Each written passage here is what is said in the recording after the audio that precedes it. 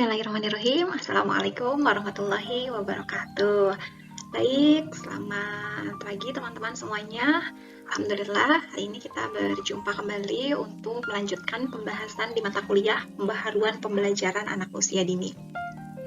Kali ini materi yang akan sama-sama kita bahas adalah terkait dengan model dan metode pembelajaran di pendidikan anak usia dini. Dari materi ini, kita akan membagi atau materi ini terbagi menjadi dua sub materi, dua pokok bahasan, yaitu model-model pembelajaran di pendidikan anak usia dini dan metode-metode pembelajaran di pendidikan anak usia dini.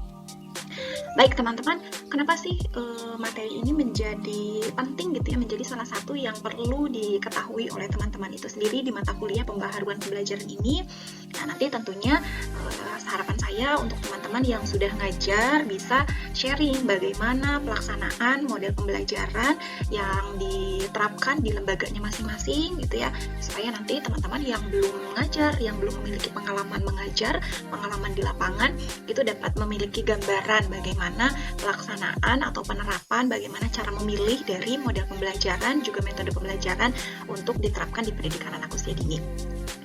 Nah, model pembelajaran ini erat kaitannya dengan lingkungan belajar ya, dengan lingkungan belajar gitu. Anak belajar itu tidak hanya dari apa yang diajarkan kepadanya gitu, namun anak juga belajar dari apa yang dilakukannya, dari apa yang ditangkap oleh panca inderanya, dari lingkungan sekitar, termasuk orang-orang yang ada di sekitarnya, ada di sekeliling anak gitu ya. Lingkungan belajar penting untuk diperhatikan oleh guru, oleh seorang pendidik gitu, yang sudah mengajar maupun teman-teman yang calon guru yang belum mengajar gitu ya. Karena lingkungan dapat mempengaruhi perasaan, tindakan, dan perilaku anak sebagai bekal anak di masa yang akan datang gitu. Nah, kemudian berdasarkan berdasarkan pada buku pedoman pengelolaan kelas yang bagian salah satu dari 10 pedoman di kurikulum 2013 untuk pendidikan anak usia dini, ada yang namanya buku pedoman pengelolaan kelas yang di dalamnya membahas tentang model pembelajaran gitu.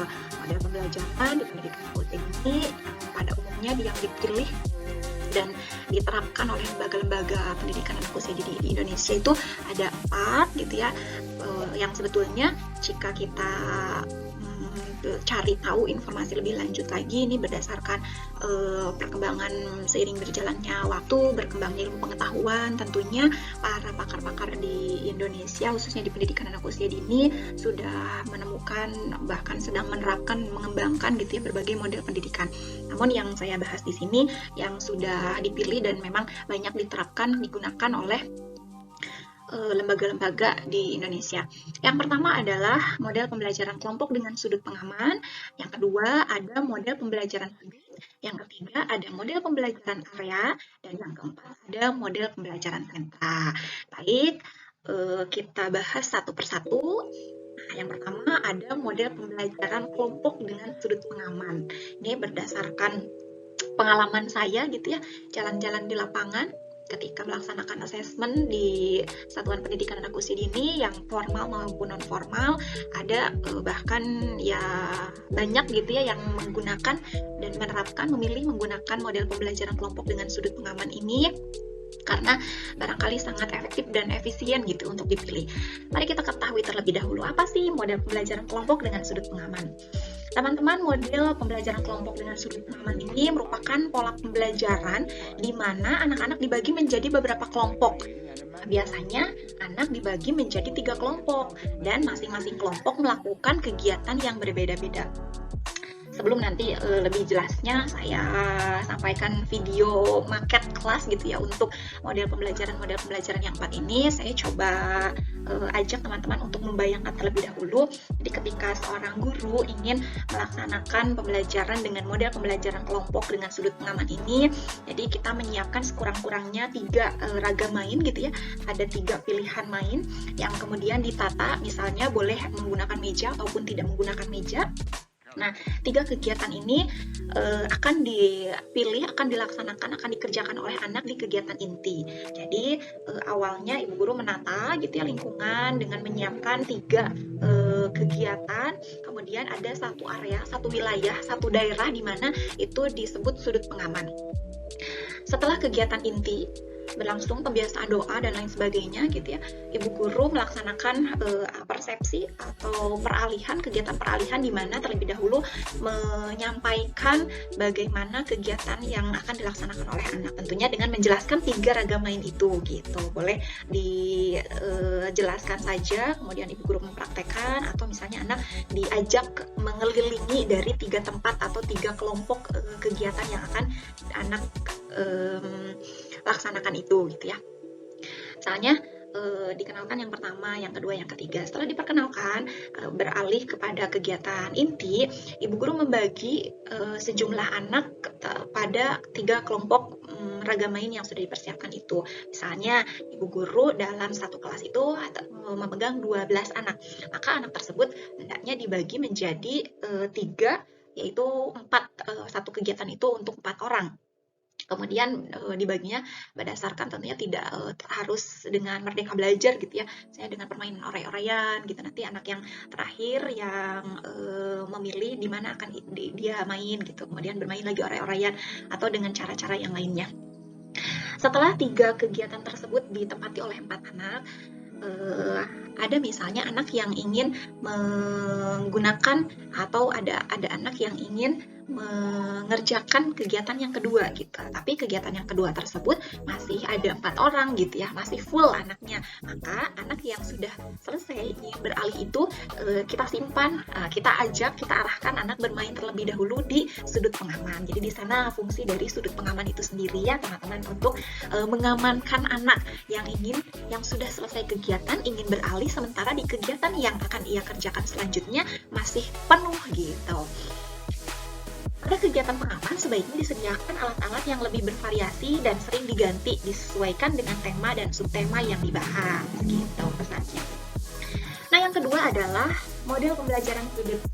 Model pembelajaran sudut ini ternyata mengambil dari teori pendidikan Montessori yang ahli atau Pak filsuf di Indonesia itu Ki Hajar Dewantara ya, Ki Hajar Dewantara. Beliau dengan konsep taman indria itu jadi memberikan kesempatan kepada anak didik untuk belajar dekat dengan kehidupan sehari-hari gitu. Jadi sudut-sudut atau kelas itu didesain, kegiatan didesain berdasarkan sudut-sudut. Adapun sudut yang dapat dipilih, nah sebelum ibu guru memilih, maka perlu memperhatikan ada 5 program pembelajaran, ada fokus program pembelajaran yang hendak diperhatikan oleh seorang pendidik ketika ingin memilih dan menerapkan model pembelajaran sudut. Yang pertama, praktik kehidupan, kemudian yang kedua, pendidikan kesadaran, sensori, yang ketiga, seni berbahasa, yang keempat, matematika dan bentuk geometris, dan yang kelima, budaya. Kemudian dari 5 program pembelajaran ini, dari 5 fokus program pembelajaran ini, ibu guru, para pendidik dapat memilih 5 sudut dalam ruangan, menjadikan ruangan itu kegiatan yang akan dikerjakan oleh anak itu menjadi 5 sudut. Yang pertama, sudut latihan kehidupan praktis, kemudian sudut sensori, sudut matematika, sudut bahasa, juga sudut kebudayaan. Namun begitu juga model pembelajaran gitu ya, sama halnya ini dengan model pembelajaran ragam, model pembelajaran sama halnya dengan model pembelajaran sudut. Seiring berjalannya ilmu pengetahuan berkembang, banyak ditemukan, ini juga ibu guru dapat menambah atau misalnya meniadakan gitu pilihan dari sudut-sudut di sini. Misalnya menambah dengan sudut keluarga, itu tidak menjadi masalah, atau sudut pembangunan, itu juga boleh, asalkan disesuaikan dengan kapasitas dari kemampuan lembaga itu sendiri. Nah, teman-teman, kita lanjutkan model yang ketiga, yaitu model pembelajaran area. Model pembelajaran area ini lebih memberikan kesempatan kepada anak didik untuk memilih melakukan kegiatan sendiri sesuai dengan minatnya. Jadi antara sudut dan area itu sebetulnya sama-sama anak bebas memilih gitu ya. Tadi kalau misalnya di model pembelajaran kelompok itu 3 kegiatan, atau misalnya bisa ditambah ya 4 gitu, 4 raga main. Kalau misalnya sudut ada 5, boleh juga ditambah. Ini pembelajaran area lebih banyak lagi gitu. Pembelajarannya dirancang untuk memenuhi kebutuhan-kebutuhan spesifik anak dan menghormati keberagaman budaya, juga menekankan pada pengalaman belajar bagi setiap anak. Ini ada kurang lebih 9 area gitu ya yang bisa dipersiapkan oleh ibu guru. Tentunya juga disesuaikan dengan media dan juga kemampuan dari lembaga itu sendiri ketika ingin menerapkan model pembelajaran area. Selain area balok, ada juga area drama, kemudian area seni, area peran, area pasir dan air, area gerak dan musik, area sains, area matematika, dan area IPA. Ini setiap harinya boleh dibuka gitu ya, dibuka kemudian dibiarkan anak untuk memilih mau bermain di area mana berdasarkan minat anak. Kemudian yang keempat, ada model pembelajaran sentra. Nah, ini model pembelajaran sentra ini dibawa ke Indonesia itu oleh Dr. Pamela ya, dari Florida. Pengelolaan kegiatan pembelajaran yang seimbang antara bimbingan guru dengan inisiatif anak. Kemudian di model pembelajaran saat ini mengedepankan bahwa anak bebas memilih bermain yang disiapkan dalam satu sentra, tidak keluar dari ketentuan bahwa setiap sentra itu dilengkapi dengan 3 jenis main, 3 kegiatan main. Ini juga sebetulnya jenis main ini berlaku juga untuk model pembelajaran 3 sebelumnya itu, pembelajaran kelompok, model pembelajaran kelompok, model pembelajaran area, dan juga model pembelajaran sudut gitu ya. Harus memenuhi atau harus ada 3 jenis kegiatan, yaitu kegiatan bermain sensori motorik, jenis main peran, dan jenis main pembangunan. Kemudian setiap sentra dikelola oleh seorang guru. Nah, jika pada model pembelajaran sudut dan area itu dalam satu kelas itu terdiri dari beberapa sudut, beberapa area yang bisa dipilih oleh anak, pada model pembelajaran sentra ini dalam satu kelas, satu ruangan gitu ya, yang dibuka itu satu sentra dalam satu hari itu, yang bisa dimasuki oleh anak itu satu sentra, dan tentunya di dalam sentra tersebut ada densitas atau ada ragam main yang sudah dipersiapkan oleh guru gitu. Jadi lebih banyak lagi gitu ya dalam model pembelajaran sentra ini. Boleh jadi ragam mainnya itu belasan, bahkan ya intinya lebih dari 4 gitu ya, seperti yang pada model pembelajaran kelompok itu. Terus pembelajaran dengan menggunakan 4 pijakan. Jadi ada pijakan yang perlu ditempuh dalam model pembelajaran sentra pada pelaksanaannya setiap hari, yaitu mulai dari pijakan penataan alat atau pijakan lingkungan, pijakan sebelum main, pijakan selama main, dan pijakan setelah bermain. Ini adapun sentra yang dibuka atau sentra yang dapat dipilih, sentra yang dapat dipersiapkan oleh ibu guru gitu ya. Di antaranya sentra balok, sentra bermain peran kecil atau mikro, sentra bermain peran besar, sentra intak, sentra seni, sentra persiapan, juga sentra bahan alam, dan ada yang ke-8 adalah sentra memasak. Itu sama saja, ini sentra juga boleh misalnya satuan pendidikan saya hanya akan menyediakan 6 sentra, itu dikembalikan lagi kepada kemampuan dari lembaga itu masing-masing gitu ya teman-teman. Nah, sebelum kita beranjak pada pembahasan tentang metode pembelajaran di pendidikan anak usia dini, pertanyaan saya adalah, bolehkah satu sekolah memilih lebih dari satu model pembelajaran? Karena yang pernah saya temukan, jadi pada pelaksanaan pembelajaran itu mereka menggunakan model pembelajaran kelompok dengan sudut pengaman gitu. Kemudian ketika melihat dalam perencanaan, dokumen perencanaan di RPPH-nya, ternyata ada pembahasan pijakan main yang sebetulnya itu digunakan untuk model pembelajaran sentra gitu ya. Nah, artinya tidak boleh, model pembelajaran itu perlu dipilih satu gitu. Mungkin kalau misalnya semester 1 menggunakan model pembelajaran kelompok, semester 2 menggunakan model pembelajaran sentra, itu tidak masalah. Tetapi permasalahan atau yang menjadi masalah ketika hari ini menggunakan model pembelajaran kelompok, besok menggunakan model pembelajaran sentra gitu. Nah, itu kemudian satu hal yang sebelum saya lupa menyampaikan gitu ya, karena masih ada ternyata di lapangan yang saya temukan ada model pembelajaran klasikal katanya gitu. Nah, itu model pembelajaran klasikal itu sudah tidak ada ya teman-teman. Karena model pembelajaran klasikal itu kegiatannya dari awal hingga akhir itu didesain teacher center gitu, jadi jauh dari konsep merdeka belajar untuk anak usia dini, sehingga model pembelajaran klasikal itu sudah tidak ada. Hanya mungkin yang ada adalah kegiatan klasikal. Contoh pada kegiatan pembiasaan berdoa, itu kan berdoa dilakukan bersama-sama kan ya gitu, dipimpin oleh ibu guru atau misalnya ada anak yang memimpin gitu. Tapi untuk model pembelajaran klasikal itu sendiri sudah tidak ada, sudah tidak digunakan, haram penggunaannya untuk di pendidikan anak usia dini ya. Baik, kita lanjut kepada pembahasan untuk metode-metode pembelajaran di pendidikan anak usia dini. Teman-teman, ini kurang lebih ada 8 metode pembelajaran di pendidikan anak usia dini yang dapat dipilih oleh teman-teman sebagai ibu guru dalam pelaksanaan pembelajaran di dalam kelas gitu ya. Yang pertama metode bermain peran, yang kedua metode bernyanyi, yang ketiga metode bercakap-cakap, yang keempat metode bercerita, yang kelima metode karya wisata, yang keenam metode demonstrasi, yang ketujuh metode pemberian tugas, dan yang kedelapan metode pembiasaan. Baik, yang pertama metode bermain peran. Nah, teman-teman, metode bermain peran ini merupakan permainan anak-anak dengan memerankan tokoh atau benda. Ini sebetulnya dibagi dua bagian ya. Jadi ada bermain peran mikro, ada bermain peran makro, bermain peran kecil gitu, di mana anak hanya memainkan misalnya miniatur gitu ya, atau robot-robot kecil, boneka-boneka kecil gitu. Kemudian kita katakan bermain peran makro, bermain peran besar ketika anak memainkan peran gitu, seorang tokoh gitu, misalnya bermain keluarga atau profesi dan lain sebagainya. Kemudian yang kedua yaitu metode bernyanyi.